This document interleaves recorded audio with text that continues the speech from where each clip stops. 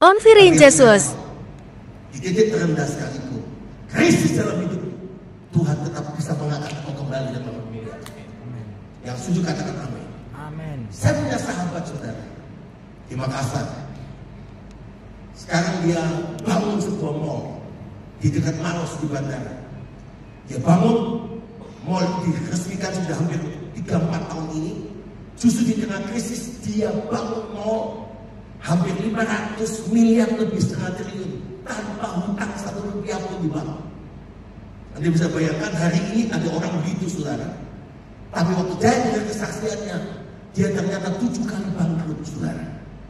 Tapi tiap kali bangkrut Tuhan tidak pernah gagal. Orang benar 7 kali jatuh, dia akan diangkat Tuhan kembali. Mungkin ada Anda di sini yang berkata, Pak, Pastor, saya terlalu titik terendah. Memang bisnis sekarang anomali. Orang pikir bisnis untung, tapi belum tentu bisa untung. Tapi ada untung sedikit, tapi kalau Tuhan berkati, Tuhan bisa memperluas daerah saudara. Tuhan bisa melipat gandakannya, tidak mungkin jadi mungkin. Dan yang ajaib Bapak Ibu sekalian, terakhir ke 7 kali dia bangkrut. Dia ngomong, Tuhan saya melayani Tuhan sungguh-sungguh. Kenapa saya bangkrut? Tuhan ngomong begini, karena kamu ngutang dan kamu hutang. Mulai sekarang aku akan berkati kamu. Tapi janji sama aku, jangan hutang dan jangan hutang. Dia komitmen. Dia bayar tanpa hutang apapun. Dan amin, di tengah krisis kamu, Tuhan pulihkan hidupnya. Tuhan angkat hidupnya. Tuhan berkati hidupnya. Saya punya jemaat saudara. Januari kemarin dia cerita mengalami sebuah krisis. 2020 kemarin pandemi sampai 2024 Januari dia mengalami kolaps. Dia punya toko baru bangunan. Anaknya dapat anak setelah panggil 15 tahun. Dulu jemaat di Philadelphia Amerika, pindah ke Balikpapan, akhirnya jadi jemaat kami. Di Philadelphia Amerika jemaatnya adik saya Pak Suku Kasuma. Sekarang jadi jemaat, akhirnya dapat uji jadi Balikpapan, dapat anak. Sudah nikah 15 tahun.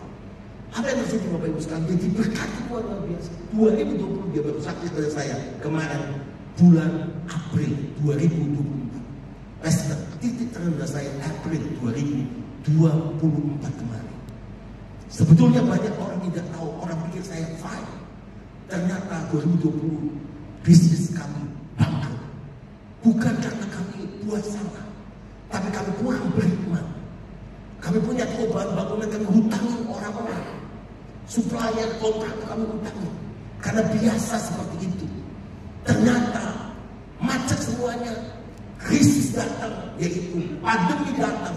Tiba-tiba kami tidak bisa selesaikan dengan distributor. Tapi kami harus bertanggung jawab. Toko saya jual, semua aset kami jual, dan akhirnya sampai debt collector datang. Hanya tersisa rumah yang kami tinggali, motor satu, dan kami punya hobi fitness. Yang sekarang fitness yang dulu hobi jadi sumber pemasukan. Dan yang ajaib dia cerita, Pastor, di tengah masa sulit sekalipun, saya tidak pernah lepaskan doa fajar. Saya selalu datang ke gereja. Saya bawa anak saya datang ke fajar. Pastor, Januari 2024 kemarin, di titik terendah dalam hidup saya, anak saya satu-satunya gadis belasan tahun ini SD. Karena 8 bulan terakhir kami hanya bisa beli nasi sama telur. Tinggal telurnya dimodifikasi, telur ceplok, telur kecap, telur rebus, telur dadar, pokoknya telur dengan nasi.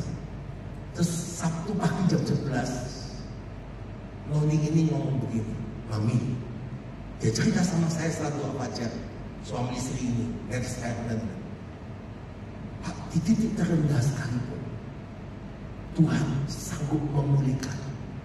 Dia ada Jehovah Jireh yang Pastor khotbahkan itu benar. Dan saya alami dan saya alami itu bulan April. Januari titik terendah dalam hidup saya. Anak saya ini ngomong, Mami, please Mami, Noni sudah bosan makan nasi sama telur.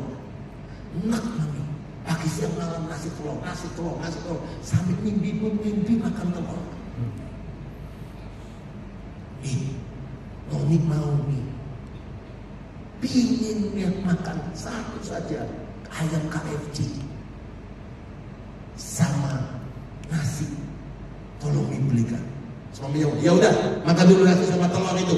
Nanti siap, mami belikan. Dia masuk, dia belajar lagi. Begitu dia buka dompet, nggak ada sampai uang 20.000 dan dia tidak bisa beli satu paket nasi sama ayam itu. Dia nangis, dia protes sama Tuhan. Tuhan, kalau Tuhan mau hukum saya, hukum saya. Ini kesaksian. Tuhan kalau mau hukum suami saya, hukum suami saya. Anak saya gak salah Tuhan. Kenapa dia harus ngalami seolah dihukum? Dia komplain, dia komplain. Tiba-tiba dia alami hadirat Tuhan.